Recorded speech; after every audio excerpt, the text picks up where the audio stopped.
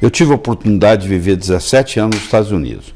Eu trabalhei em Harvard, trabalhei na Baylor, fui 11 anos professor de medicina da Thomas Jefferson, fui diretor médico da Merck e fui vice-presidente da Novartis, na época Ciba Corporation, que depois se juntou com a Sandoz e formou a Novartis. Então, o primeiro país do mundo a lançar estatina foi os Estados Unidos. E a primeira empresa era uma empresa que eu era diretor. Então, eu acompanhei o desenvolvimento e comecei a ver os efeitos colaterais. Então, a estatina, eu acho que um dia, talvez já tenha morrido, vai sair do mercado, porque ela não tem, o benefício que ela traz é mínimo comparado com os efeitos colaterais. Esses artigos dizem que a doença coronariana não tem nenhuma relação Nunca teve. com Nunca o colesterol. Teve. Isso foi... Mas a vida inteira venderam isso pra gente. Eu sei, mas isso foi uma hipótese que nunca foi comprovada. A correlação. Nos últimos 20 anos, dobrou o número de obesos no mundo.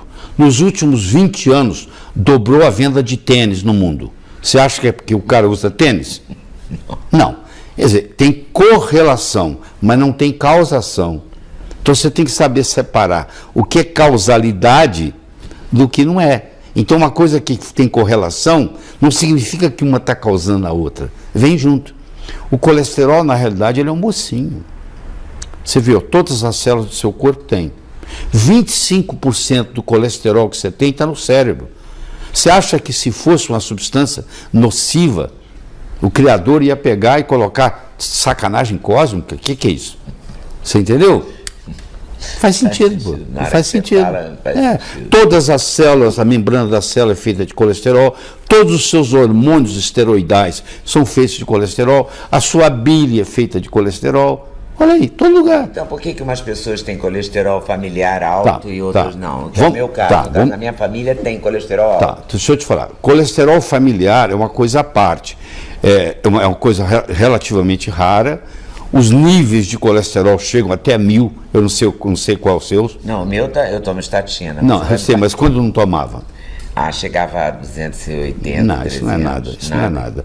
Quando eu comecei a praticar medicina lá em Juiz de Fora, lá em Barbacena, como diz o outro, o colesterol normal era 320. Você acredita isso? Quando eu me formei em medicina, em 72, o colesterol normal era 320. Eles foram baixando.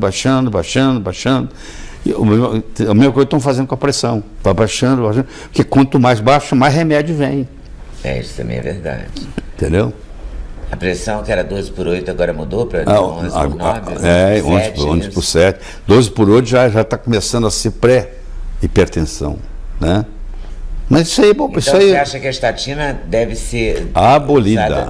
Abolida. Eu acho que não tem valor. Para tomar estatina, a pessoa tem que ter o colesterol mais de 400, mais de 500? Ou bom, você está me provocando, eu vou entrar na história. Entra.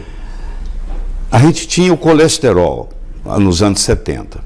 Aí nós tivemos o colesterol bom, que você conheceu, e o colesterol ruim, que é uma piada.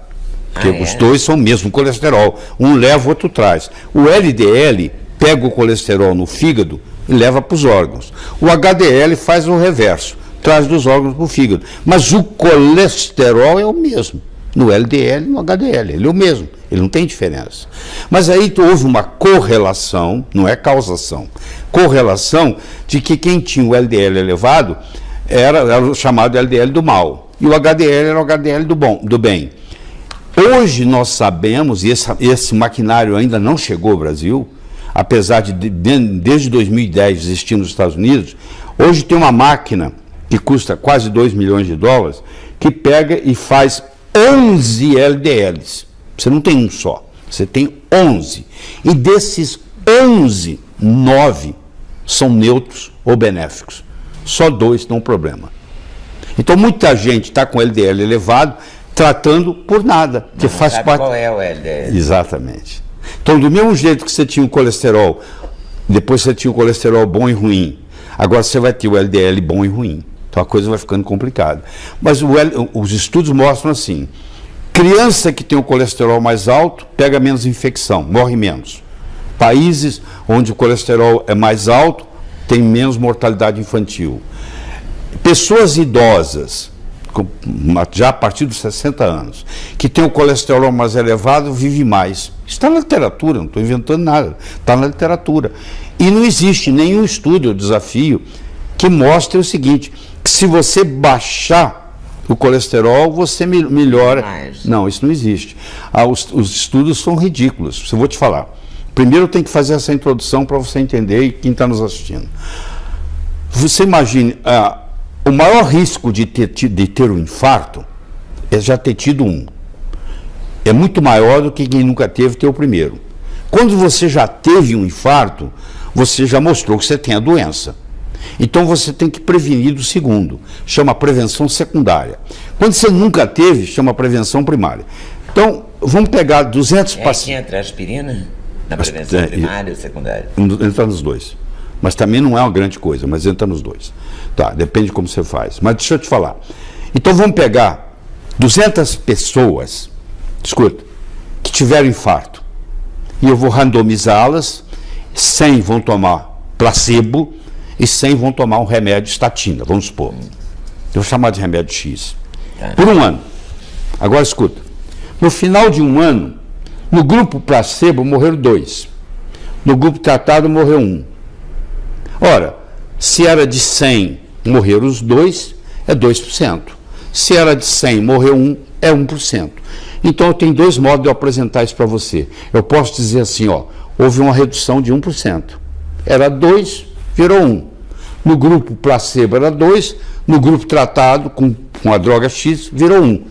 1% de diferença, né? É. Mas se eu falar para você que é 50%, eu estou mentindo? Não.